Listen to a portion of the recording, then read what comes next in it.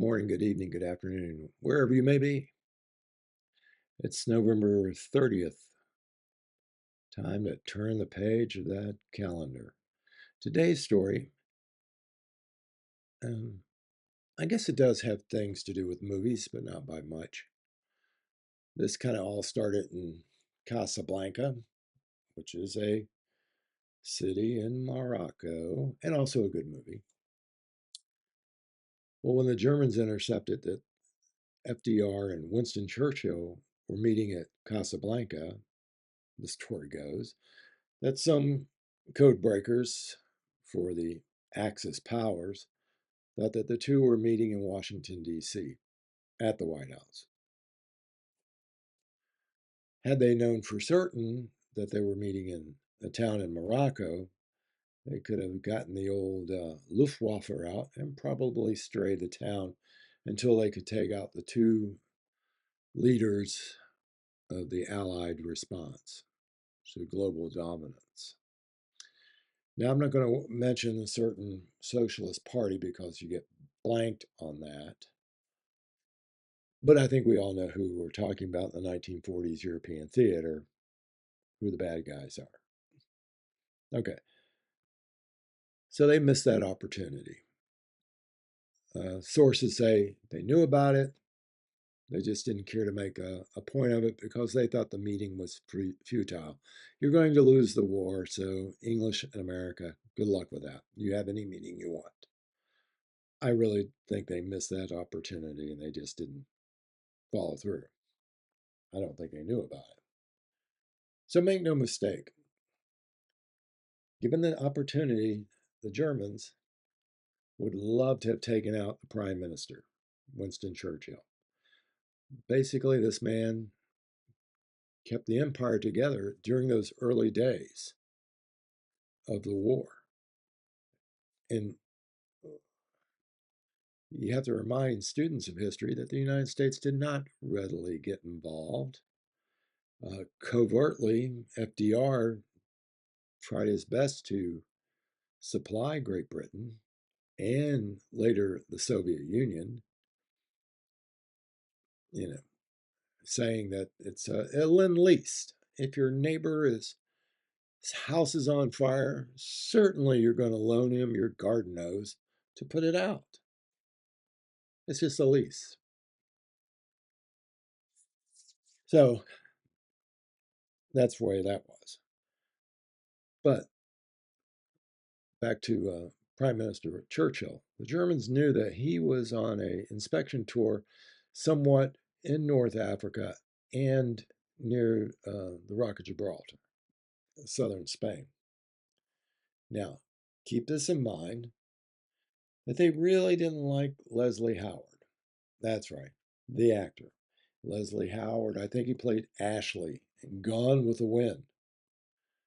Not a bad guy, good actor, British subject. Well, before the United States got involved in the war, December 1941, he would go out and beat the war drums to get support for Great Britain while they were trying to fight off Germany from swallowing up all of Europe. Remember, the Soviet Union at this time, they kind of had a non aggression pact with the Germans, and they just basically agreed to split up Poland.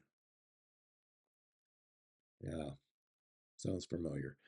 Anyway, so we were, you know, Lend Lease trying to support Great Britain. So German agents routinely would go to neutral countries like Spain or Portugal and just spy. And I'm sure they hung out a lot in Lisbon at the Portela airport.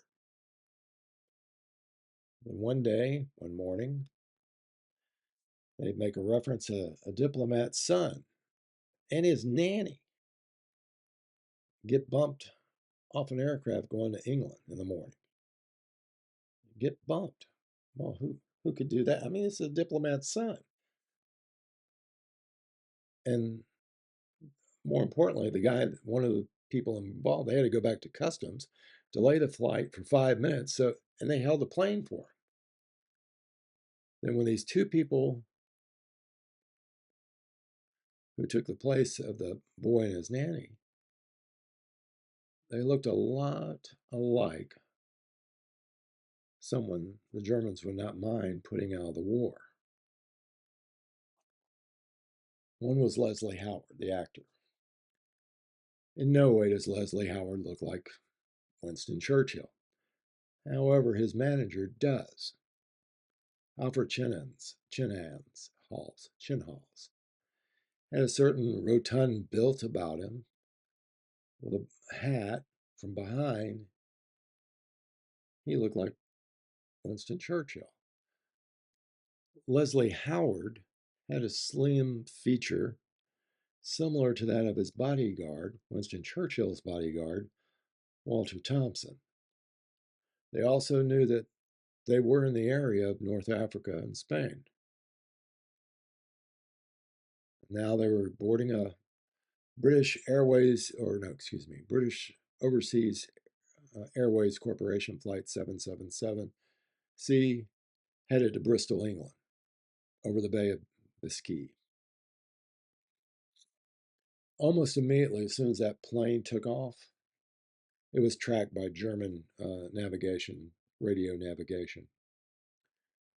Now, according to the Germans, a, a squad of like junks or Ju-88s, heavy fighters, were already up in the air from France. And they were going to attempt to escort some U-boats in. But apparently the weather was too rough for that. They couldn't see them or whatever. And they moved on and continued with an armed patrol. When they noticed the DC-3, they knew for sure it was an enemy aircraft. This is, the sources that documented the German side. They said they immediately attacked the aircraft within 5 minutes, one diving from above and the other one coming up from below, and basically took off the left wing and the engine. The plane caught on fire. They said, we saw 3 parachutes. Well, they didn't open because the persons in them were on fire. Nobody survived, like 16 passengers and crew. They watched it fall from 9,000 feet into the water. And then they circled the downed aircraft. And they said it floated for a few minutes and then it sank. There's even documentation that they may have been taking film of it, kind of to document the event, maybe for somebody in Germany. So the next day, an Australian, I think, flying boat attempted to do a quick search, and it was shot at by a squad of Ju-88s. According to them, the Australian Air Force or Navy, they were able to fight off 3 or 4 of these aircraft, hitting 3 of them, maybe all 6. So that was not unusual. Like I said, the Germans had attacked civilian aircraft before. They attempted to attack the BOAC flights from Liqueurs to Stockholm, and they had shot down 2 Swedish flights, DC-3s as well. But they said, "Oh, we're sorry. It was a mistake. We didn't realize it was a civilian aircraft until after we shot it down. Our superiors," this is according to the pilots that shot it down, "our superiors did not tell us about the civilian flight from Lisbon to England." I mean, the German agents knew about it, and probably the people in Germany, the head of the intelligence agency, but they didn't tell their Air Force. So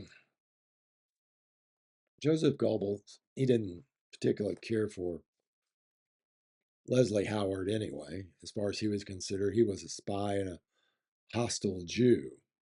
since all of his anti-German um, policy. He's trying to raise money for the Allies, you war against the Axis powers.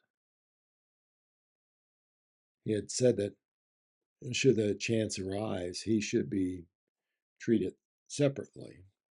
Don't know what that means, but that was Goebbels. So either way, the Germans won. You know, they thought they got rid of Churchill, but then they realized they got rid of Leslie Howard. The prime minister said what they did was a war crime, but you know, the German pilot says, "Oh, we didn't mean to. We weren't told."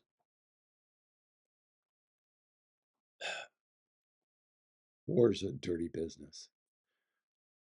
Oh, but here's the funny part. Not really funny, but noticeable. The boy that got bumped, his name was Derek Partridge. You may have seen him before. Maybe you've heard of him before. He starred with on Star Trek, the original TV series, in Plato's Children with Kirk. I bring that up because he was also in an episode of T.J. Hooker. But probably the most important thing he did was he narrated a documentary about Leslie Howard, the man who gave a damn. Yeah, it was a kind of a unique story, you know.